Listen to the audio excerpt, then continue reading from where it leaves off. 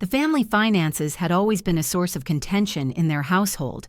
While the husband, who brought in $250,000, dutifully sent money to his mother, his wife struggled to make ends meet for their child. When she asked for assistance, he casually dismissed her, saying, "Borrow from your father if you can't afford your child." "I will," she replied with a serene smile. That evening, a surprise awaited him. Movers were carrying belongings out of their apartment. Hello, dear listeners. I'm delighted to welcome you to my channel. I have a new captivating story for you. Enjoy. Ksenia lifted the edge of the curtain and glanced into the courtyard. Her husband's car was already parked downstairs, meaning he would be up soon. She let the fabric fall, walked into the kitchen where buckwheat was finishing its simmer in a pot, and mechanically stirred it. On the stove, a pan held chicken breast. Tough and inexpensive, but it was something.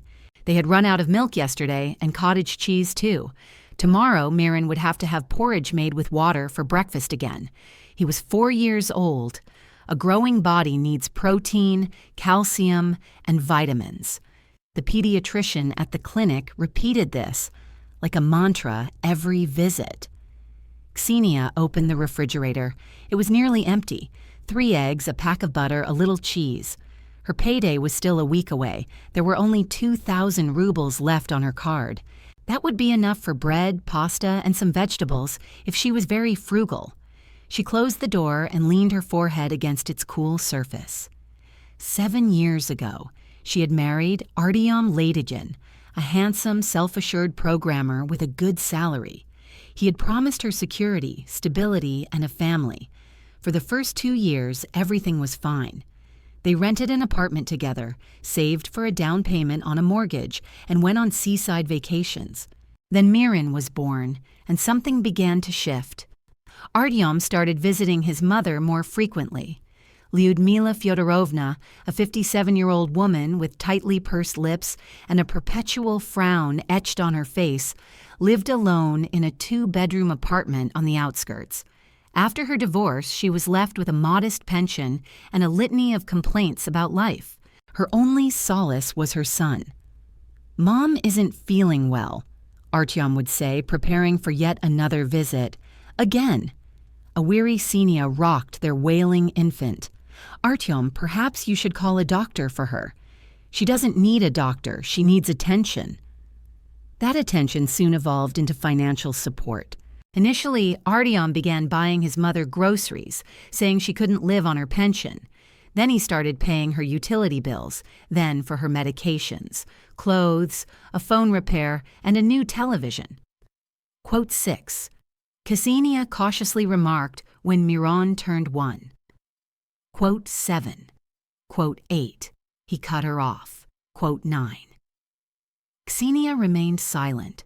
Arguing was futile. Lyudmila Fyodorovna had a surgeon's precision in evoking guilt in her son. Every call from her began with a sigh. Every sentence hinted at how difficult her life was, how much she suffered, and how unappreciated she was. When Miron was 2, Ksenia returned to work, securing a remote content manager position that paid $35,000 a month. It wasn't much, but it was something. Artyom earned $250,000. By their city's standards, that was very comfortable. One would think a family of 3 could live more than comfortably, but money seemed to slip through their fingers. Ksenia kept an expense ledger: rent $40,000, utilities $5,000, groceries $20,000 if she was economical, clothes for a growing child, medicine, household supplies, transportation, another $15,000. That amounted to around $80,000 for the absolute essentials. $170,000 remained. Where did it go? The answer was simple: Lyudmila Fyodorovna. Artyom transferred money to his mother every month. First $20,000, then $30,000, then $50,000. His mother always found a reason. Sometimes the roof leaked, or she needed dental work, or a friend was sick and needed help. Artyom never refused. "It's temporary," he'd tell Ksenia when she tried to discuss finances, quote 11. But Lyudmila Fyodorovna had no intention of getting back on her feet. Why would she, when she had a son to provide for her? The last 6 months had become unbearable. Artyom was sending his mother up to $150,000 a month.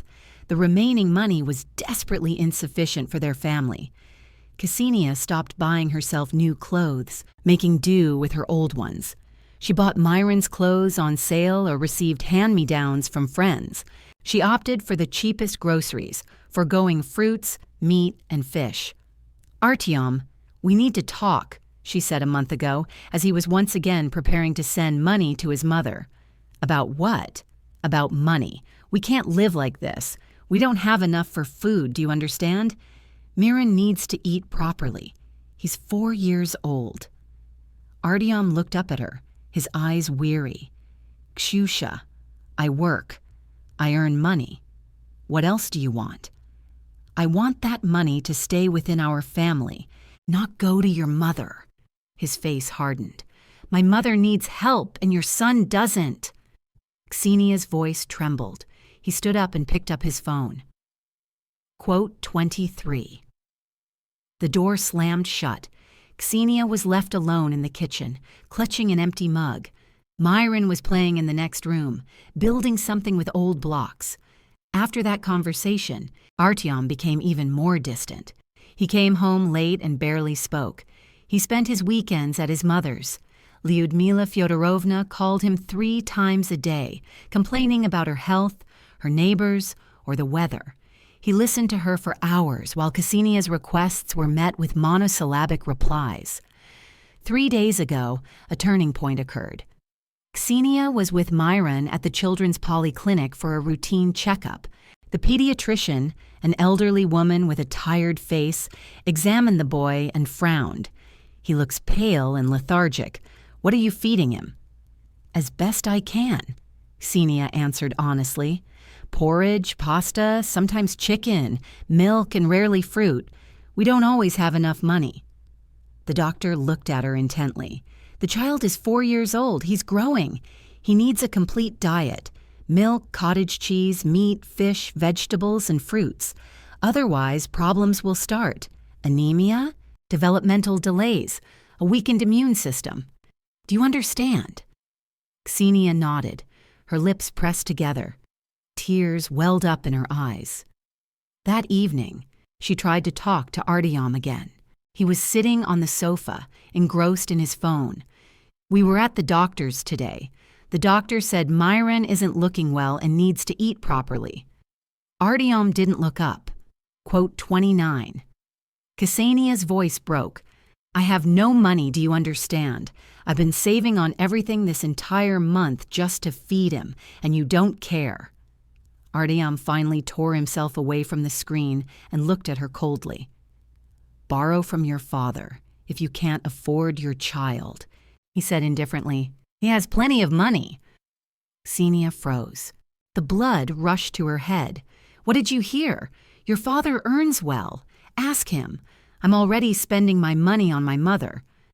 "On my mother," he confirmed, "who gave birth to me and raised me. Your father can help his grandson." "But you're Myron's father," she said incredulously. "That's your responsibility. My responsibility is to earn. I earn. How you spend the money is your business." Ksenia stood in the middle of the room, feeling something inside her shatter completely. He looked at her calmly, without a hint of sympathy. His mother received $150,000 a month for her whims, while his own son was left with scraps. "I will borrow," she said quietly and smiled. Artyom nodded and returned to his phone. Ksenia walked into the bedroom, closed the door, and took out her phone. Her hands trembled. She opened her father's contact and typed a message. Quote 40. The reply came a minute later. Quote 41. Ksenia's father, Grigory Lvovich Polakov, lived alone in a spacious 3-bedroom apartment in the city center. After his wife's death 5 years ago, he withdrew into himself but gradually recovered. He worked as a chief engineer at a large factory. He earned well and spent little. Ksenia was his only daughter, and he loved her with that quiet, strong love that requires no words. When she arrived, he met her at the door, tall, gray-haired, with attentive gray eyes. She entered and took off her coat. She had left Myron with a neighbor. The conversation was going to be serious. Quote 43, quote 44. They sat at the kitchen table. Grigory Lvovich waited in silence. Ksenia recounted everything about the money Artyom sent to his mother, about the shortage of funds for their child, about her husband's indifference, about the remark he made last night. Her voice trembled, but she held herself together. Her father listened without interrupting. When she finished, he remained silent for a long time, gazing out the window. "What do you intend to do?" he finally asked. "Leave him," Ksenia replied firmly. "I can't anymore, but I have nowhere to go. I have no money for rent or moving." "I was thinking, perhaps Miron and I could stay with you for a while until I get back on my feet. I'll find a better job, save up, and rent my own place." Grigory Lvovich nodded. "Of course. Stay as long as you need. I have plenty of space. There's always room for my grandson." Ksenia exhaled, the lump in her throat lessening. "Thank you, Dad. However," he continued, "you can't just leave. We need to do this properly." "How?" he pondered. "He doesn't appreciate you. He thinks you depend on him. We need to show him that's not the case, abruptly, so he understands immediately." "What do you mean?" "Pack your things. Tomorrow afternoon, I'll send movers, and we'll take everything while he's at work. And in the evening, when he returns, let him find an empty apartment and me." Ksenia flinched. "And if he—" "What if he," her father interjected sternly, "hits you, tries something? I've dealt with people like him my whole life. A spoiled boy. It's time he faced the truth." Ksenia looked at him and felt something forgotten awakening within her. Determination. All these years, she had remained silent, endured, and hoped Artyom would change. But he didn't. He simply took and took, giving nothing in return. Quote 59, she said. Quote 60. The next day, after Artyom left for work, Ksenia began packing. Her father sent 2 movers with a truck.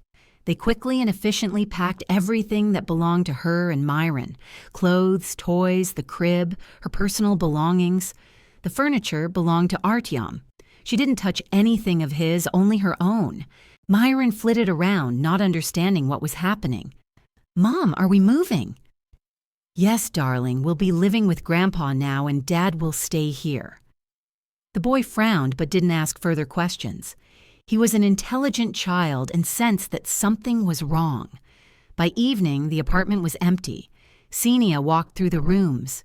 Everything looked foreign, cold. She felt no regret, only relief. The movers took the last boxes.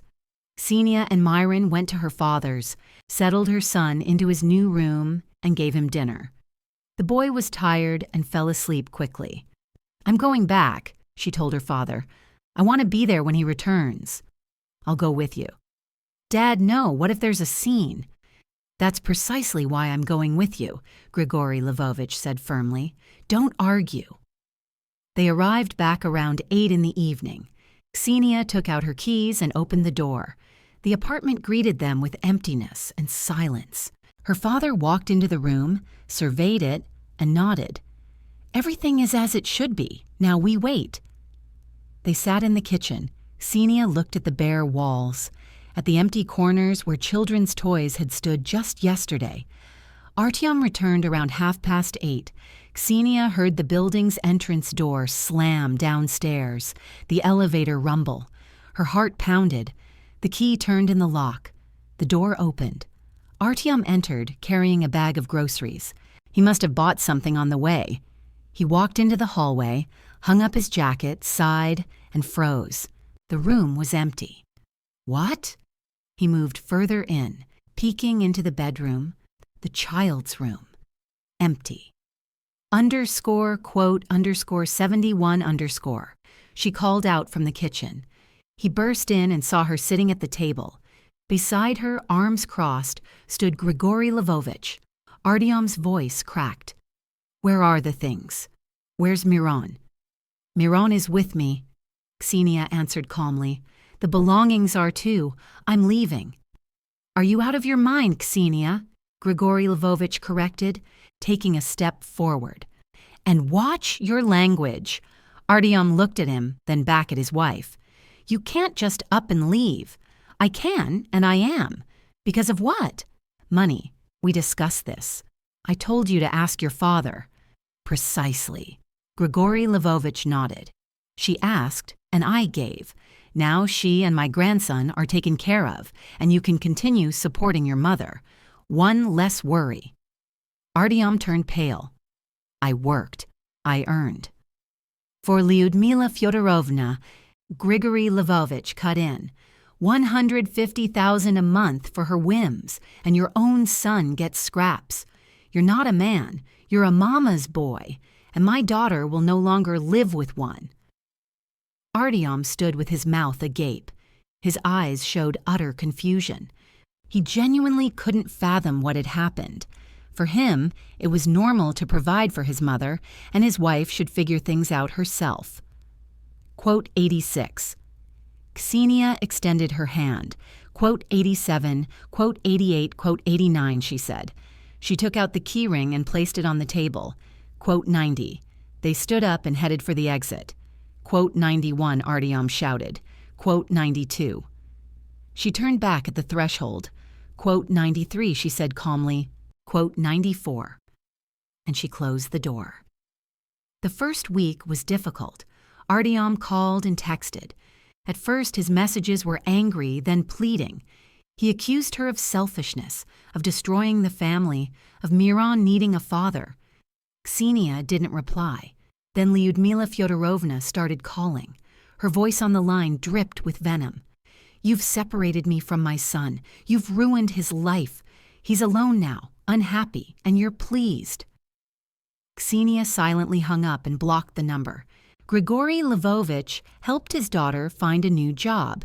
Through acquaintances, he secured her a position in a respectable company with a salary of $60,000. They lived together, the three of them, in his apartment, and the old man was happy. Myron blossomed before their eyes. Proper food, a peaceful environment, and a grandfather who read him stories every evening. 2 months later, a summons arrived. Artyom filed for divorce and demanded property division. Ksenia didn't resist. There was nothing to divide. The apartment was rented, the furniture was his. She didn't want anything. Alimony was set at the standard 25% of his income, 625,000 rubles per month. Artyom turned pale when he heard the amount. That's too much, he declared to the judge. I have a mother, she needs help. The judge, an elderly woman with glasses, looked at him coldly. You have a minor son. He has priority. The court's decision is final. Ksenia left the courtroom, feeling a strange sense of calm. She wasn't joyful. She simply knew. Everything was as it should be. Artyom tried to meet her after the hearing. He caught her near the exit. Quote 99. She looked at him, pale, bewildered, pathetic. Quote 100, she said. Quote 101. He tried to object, but she walked past him. 8 months passed. Ksenia was walking Miron home from kindergarten. Her son looked around, admiring shop windows, chattering about a new friend from his group. Recently, his father had gifted him a bicycle, and the boy now dreamed of riding in the park. Quote 102, he asked. Quote 103, quote 104. Ksenia smiled. Quote 105. They turned the corner, and Ksenia froze. On a bench near a shop sat an elderly woman in a worn coat, Lyudmila Fyodorovna. She sat hunched over, gazing at the asphalt. A walking stick stood beside her. Her face was gaunt, her eyes sunken. Her former mother-in-law looked up, and their eyes met. Something flickered in Lyudmila Fyodorovna's eyes. Malice, envy, helplessness. Ksenia walked past without stopping. Myron didn't even flinch. At home, Grigory Lvovich, wearing an apron, greeted them. "How were you, travelers?" "Great, Grandpa."